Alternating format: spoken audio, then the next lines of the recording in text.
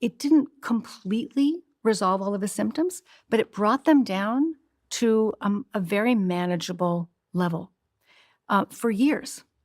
So exercise was his medicine. Exercise improves metabolic health. And so he was still eating a standard American diet.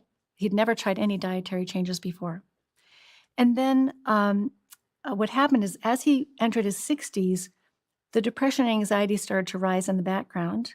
Exercise wasn't working quite as well as it had. And then just before he met with me, something stressful had happened at work.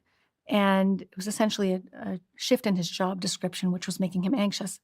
And he started experiencing very suddenly these bouts of agitation and anxiety and restlessness.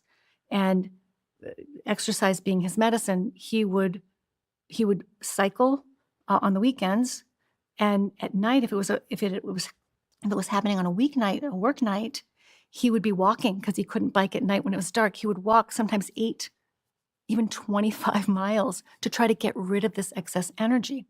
And he said, I don't have time for this. I can't exercise enough to keep my symptoms under control. He didn't know what else to do. He starts searching online for solutions, came across information about carnivore diets and mental health, contacted me for a consult, and said, I want to try the carnivore diet for my anxiety. And I mean, there were lots of other things we could have done to improve the quality of his diet, but this is what he wanted to do because he was hoping that would bring him the fastest relief. So switched to a carnivore diet, 3 to 4 pounds of fatty meat per day, mostly pork and beef. This was dairy-free, no plants. And he checked his ketones using urine testing, which is less expensive than blood testing. He was in mild ketosis every day using urine strips.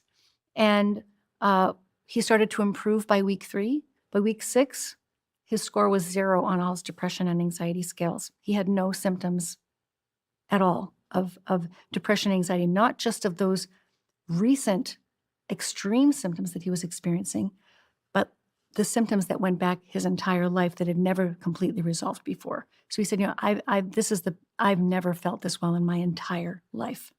And so this is the power of these strategies, is they don't just reduce symptoms a little bit.